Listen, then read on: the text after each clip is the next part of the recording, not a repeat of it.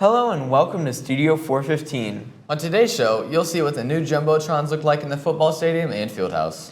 You'll see how one new local business is providing premium donuts. And you'll see how one local homeowner goes all out when decorating for Halloween. All of that and more coming up next.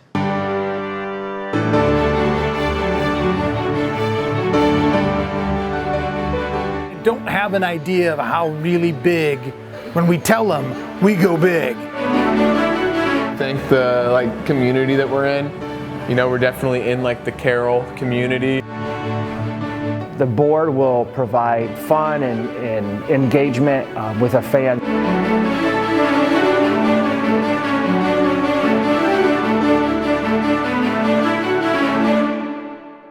Welcome to Studio 415. I'm Tanner Marker. And I'm Rocky Morrell. Carroll High School's multi-million-dollar football field and gym are making high-tech additions. Studio 415 reporter Colson Miner has a story about these jumbo additions. Carroll's football stadium is a few years old, but has been missing one key element, the jumbotron. But now the football stadium fieldhouse both have one. Carroll High School is adding a jumbotron onto their scoreboard. This $800,000 addition is another of many cool features that makes Carroll's already great stadium even better. The jumbotron is a 32 by 16 foot screen and will nearly double the size of the scoreboard.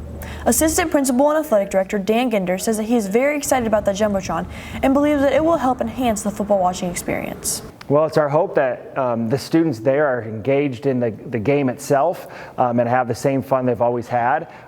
We think that the board will provide fun and engagement with the fans as far as just interaction. Adding to the fan engagement, Carroll is also adding a jumbotron into their fieldhouse.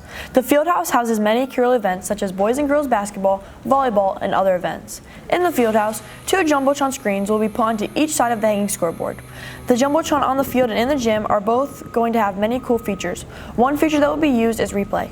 Ginder says the replay will be used to highlight athletes' great plays. There'll be some replay stuff, but that'll be limited with some of the restrictions we have with our broadcasting requirements. So we won't be broadcasting controversial plays and things like that, but we'll be highlighting special plays by our Chargers and celebrating the successes that they're having. These 2 separate installation projects took only 10 days. The football field jumbotron was set up in only 1 week, and the jumbotron in the gym was set up in only 3 days. This included all the wiring and pyrotechnics, as well as bringing the hanging scoreboard all the way down from the ceiling and lifting it back up. Along with the work from construction workers, the Charter Sports Network will be tasked with running and operating the jumbotron. Charter Sports Network crew member Carson Beeman says he's very excited for this unique opportunity he will have. I think it's cool. Who doesn't want a jumbotron in their stadium? I think it helps also with the presentation that Carroll has. We've shown in the past that we're a top-tier football team in high school for Indiana, and just having the jumbotron kind of solidifies that. The jumbotron on the football field is already in use, and the one on the fieldhouse should be in full swing by basketball season. For Studio 415, I'm Colson Miner. Each year, Americans spend $3.4 billion on Halloween decorations. One man in Fort Wayne spends tens of thousands of dollars decorating his home. Studio 415 reporter Sasha Sidonova has more on the local home that won a national award for celebrating spooky season. Located at the address 2912 Sweetsider Road is a man by the name of Mark Thompson.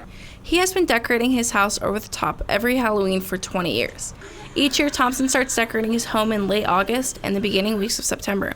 He spends roughly a month and a half to make his house different from the rest of the neighborhood. He spends a lot of time and money searching for decorations that come from all over the Midwest. In the case of this casket right here, this is from an actual funeral home up in Michigan that went out of business, and they told me that this is the casket that they used to lay out people being cremated. His Halloween display is found inside and outside of his home. This includes a funeral home, a walk-around tour, a zombie area, and a pirate area. There are animatronics, skeletons, sound effects, light effects, and even fog machines. Each year, he has a lot of trick-or-treaters. Every Halloween, he has stuff for parents, pets, and even kids. Thompson says that people should come to his house on Halloween because he has something for everybody. We give out full-size candy bars exclusively. We also have teal pumpkin, which is for any children with allergies, with the peanut allergies, or developmental needs. So we have small toys and things that we give out with the teal pumpkin program. We also give out dog treats. So if you bring your pets, a lot of people trick-or-treat with their pups. We've got trick-or-treating for that. And I have grown-up trick-or-treating as well. For the over 21s, I have a bar. Over the years, his display has grown drastically, from his first property on Oakville Drive to his now current property on Sweetsider Road. Yearly, Thompson spends a lot of time and money to make this display engaging for all people who come and see it. I describe it creepy, scary, and fun. The amount of dedication he puts in this process surely does not go unnoticed. Last year, his home won second place on the Ryan and Kelly show for a spooktacular show. Mark says that he wouldn't have placed at all if it weren't for his next-door neighbor who told him to sign up for this spooky competition. Whether you decide to go trick-or-treating or not, Mark would love for you to stop by and see his decorations. Reporting with Studio 415, I'm Sasha Stonova.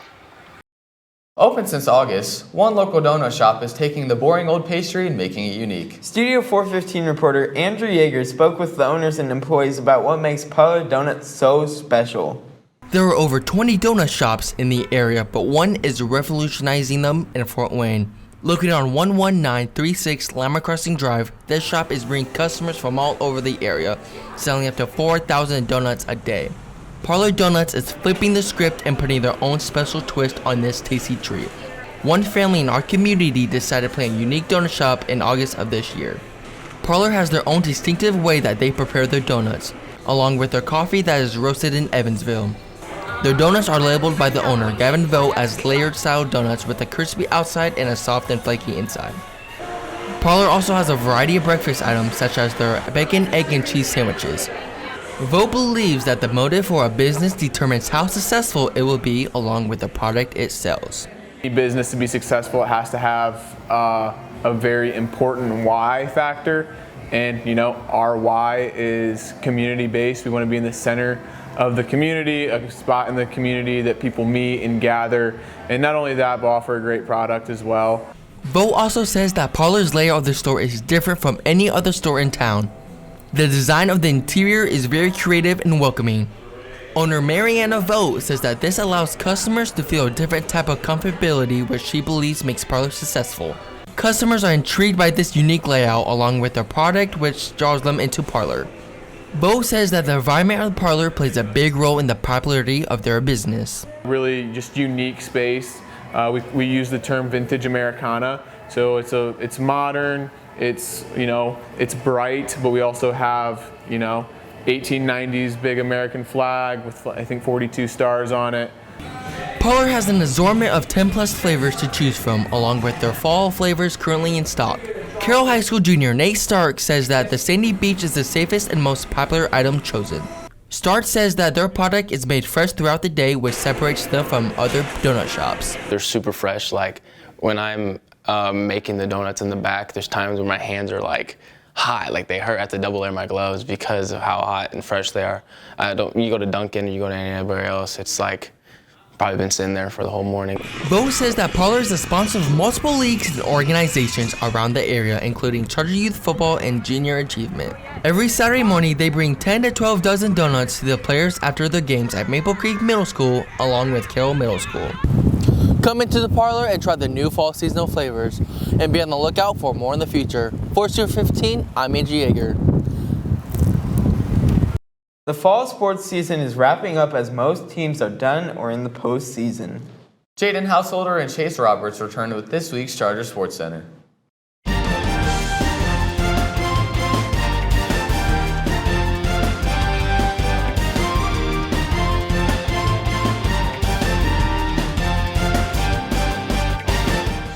Hello and welcome to the extended episode of the Charger Sports Center. I'm Jaden Householder. Here with me as always is my co-host, Chase Roberts.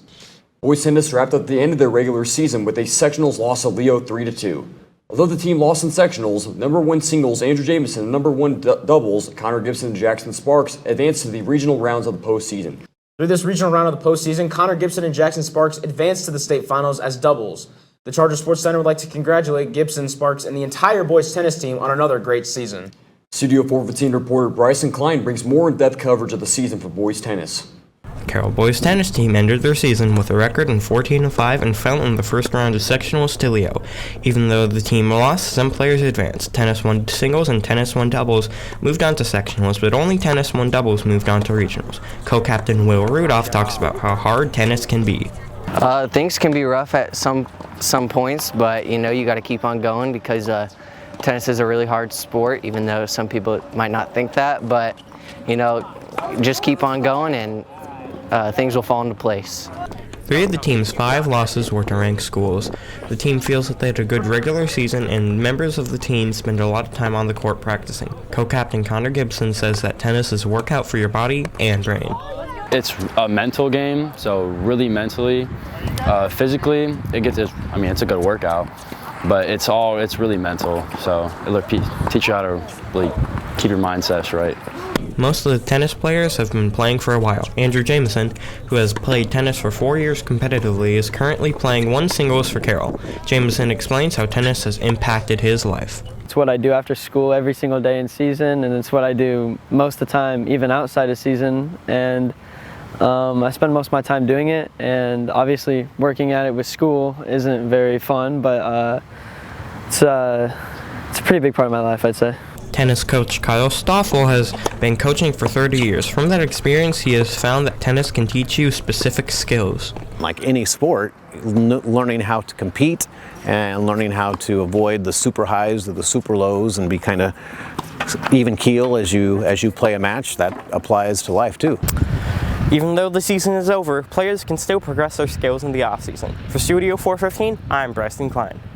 Carroll football had a big game for their annual Pink Out night to close out their regular season.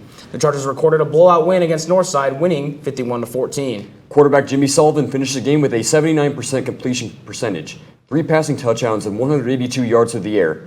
Wide receiver Hanson Hafner and tight end Brady Road combined for a total of 130 receiving yards and 6 receptions. Chargers kick off their postseason run Friday, October 27th at Warsaw. With the end of fall sports coming to an end, we would like to recognize all the fall sports teams and how their season concluded or is still playing out. Girls golf finished as sectional champions and regional runner-ups. The team also finished 10th at the state finals. Marissa Drew and Taylor Larkins also finished with all state awards. Boys cross country finished second in sectionals, and girls cross country finished as sectional champions. Both teams competed in regional competitions this past weekend. Boys and girls soccer finished up their season in the past week as sectional champions, and both teams losing to Noblesville in a shootout for the regional finals. Unified Flag Football were sectional champions and finished their season as runner-ups after losing to DeKalb in the finals. Girls volleyball captured their 15th straight sectionals title to advance to the regional final. And finally, competition cheer will compete at state finals on November 4th. Well, that's all we have for this episode of Charger Sports Center. As always, I'm Chase Roberts. And I'm Jaden Householder. Back to you guys in the studio. With each new season comes a new selection of items and people's cars to explore. Studio 415 reporter Ella Hall looks into another student's interesting vehicle in this week's car tour.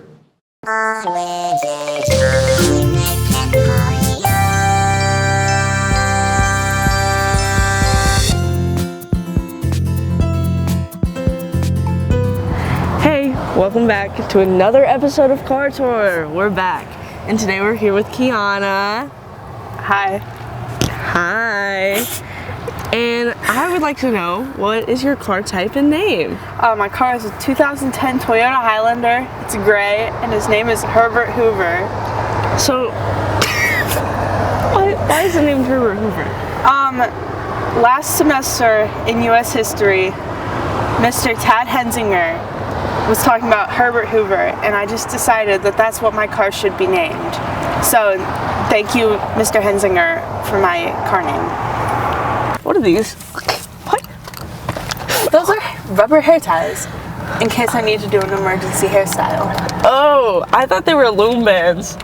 Oh, well, they work for that too. They do? Yeah. Isn't that how you do it? I don't know. How does she? What? She knows how to do it so well. Oh, it's a duck. Oh, it's a duck in in a suit. Oh. But he does have teeth, and I think that's a little bit scary.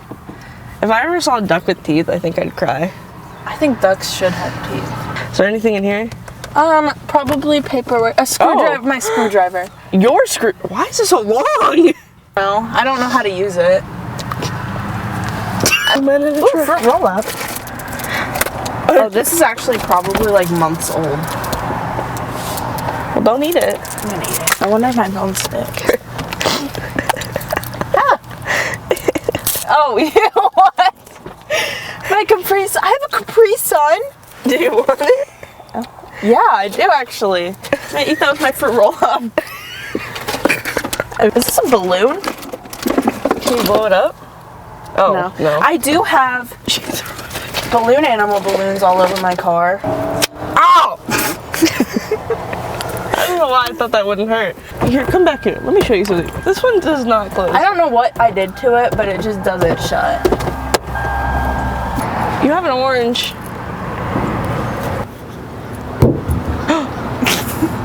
Well, now it's stuck up there until you drive. What is with people and throwing things and then they get stuck somewhere?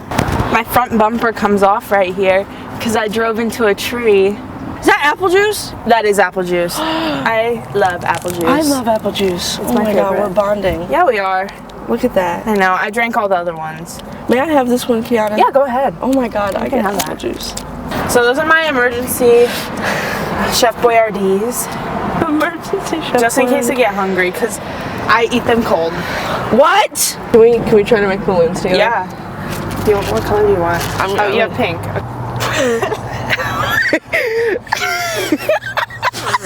I give up. Here, it's okay. I don't need a blown up one. Maybe this is just it's special in its own way. I think I saw the other one up there. Oh. Okay. Batman. I missed. That was actually embarrassing. Okay. Okay. Oh, There we go. there you go. That was my blanket. I support a blanket in the car. Yeah. I don't use it, but it is back there for in case I get cold. It's learning I to really bungee like jump. that, yeah. Well, that was this episode of Car Tour with Kiana, and I hope you all enjoyed. And with Studio 415, it's me and Z. That's all we have today. Thanks for watching. If there is a story you'd like us to cover, please let us know. For all of us here at Studio 415, have a great week, Carroll.